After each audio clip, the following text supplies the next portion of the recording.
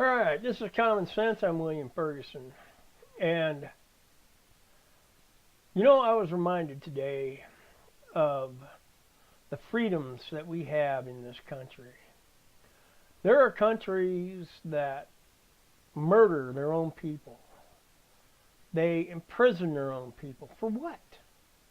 Basically nothing. People are starving to death. And if they go and because they are starving, they take food, they get punishment is severe. They get beaten, imprisoned, sometimes killed. It's not right. There are countries that charity is sent to these countries. What happens to that charity? It's taken by whoever's regime is in charge, or is the ruling regime. And I've been to third world countries, okay? It's not nice. In fact, they are pits. And it's not the people that make it the pits. It's those who are the ruling of the people. And, the United States, we are a unique country in that we are free.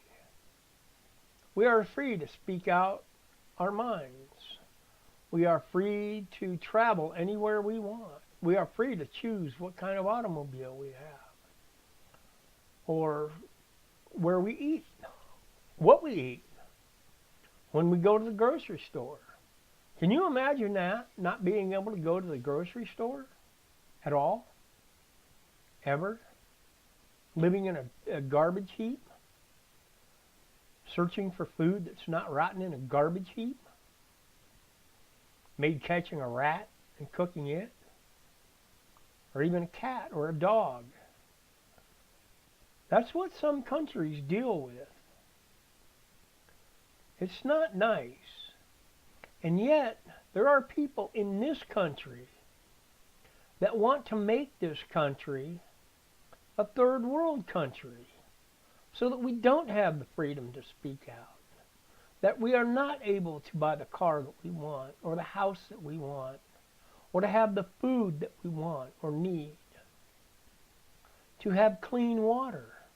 Oh, they preach a good sermon, but that's not what they're about. They say, oh, we've got to be careful with this climate change. Well, there is no such thing as climate change. It's a lie. It's a lie that somebody made up so that the people of the United States would believe that there's some kind of climate change thing going on. And there are other countries that bought into this, and they expect us to pay for their cleaning up of the air pollution and water pollution and whatever else pollution. No, we're not going to do that. And that's why President Trump got out of the Paris Accord. I don't blame him at all. We're not going to be throwing money around. We're not liberals, all of us. Now, the liberals, and it's funny, the liberals, they want to convince you that their way is the right way. Well, no, it's not. Okay, let's look at something very, very, very important, okay? Now, there are all these countries that have dictators, rulers. They're not republics or democracies. It's simply one person telling everybody what you're going to do and taking all of the money. Any and all money, they take it. Because they have this need, this desire to be rich and powerful. And so they think that by starving their nation, imprisoning the people that look at them wrong, they have this power over the people. Well, they don't really. Even though the armies of some of these countries are the police, which really they're not the police. They just go around beating up people, taking things that they want, raping the women, doing whatever they want. And there are people in this country, that want that. They want to have a dictator, Hillary Clinton. If you ask me, that's what she was looking for. Bernie Sanders, if you ask me, that's what he was looking for. There were a lot of people looking to be the dictator of this country. That's not what this country is about.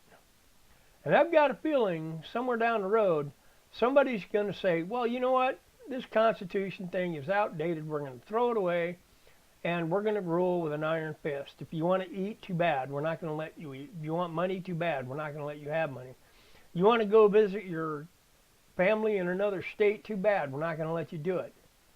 In fact, because you're being so arrogant and ignorant about this, we're just going to kill you right here. And that's the way they do it in some countries.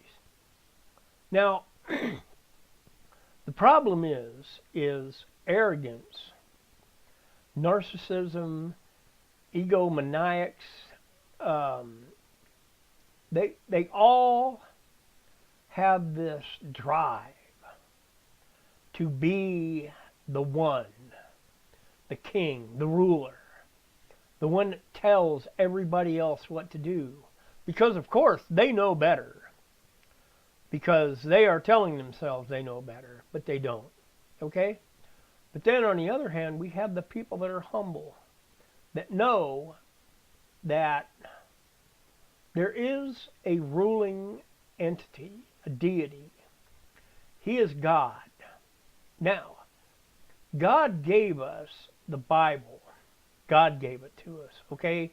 Man didn't sit down and figure he was going to write a fairy tale. The Bible is absolute truth. If you live your life by the Bible, then you will understand conservatism. If you don't live by the Bible, then according to the Bible, you are evil. And I can understand why.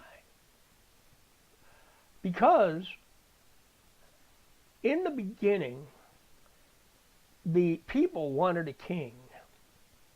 And God said, well, I am your king. And the people said, no, we want a king. And so they made Saul their king. But at the same time as Saul was king, there was a guy named David. And Saul, he wasn't too good of a king. But then David became the king. And David was a great king. He was a man after God's own heart.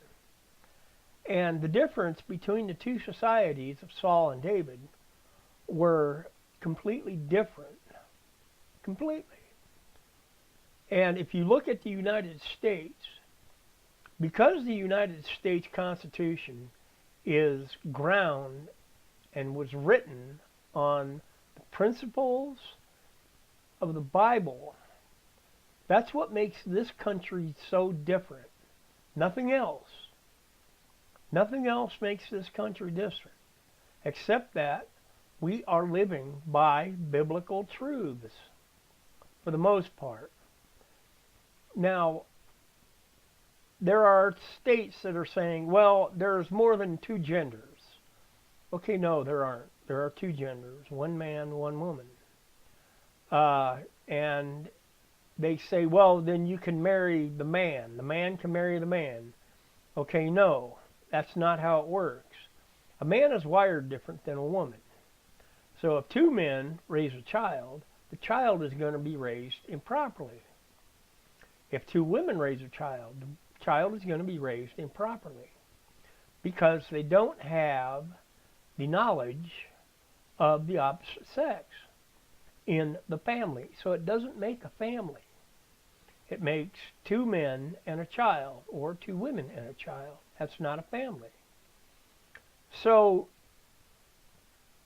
if we, the United States, if we really want prosperity and security and God's hand guiding us, leading us to these things, then we need to turn to the Bible and look and see, how is it that man is supposed to live?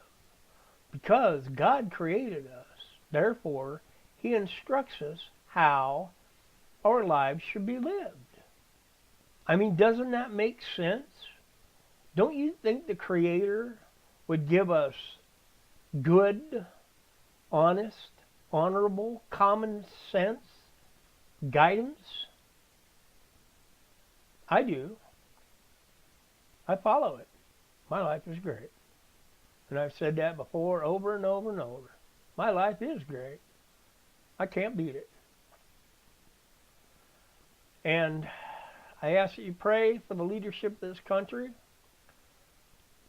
that they will be led by God, and that the eyes of those who do not believe and do not see that this country is great by following God's word, that their eyes will be open to see that it is God that makes this country great. That's all I got for now. I'm William Ferguson for Common Sense.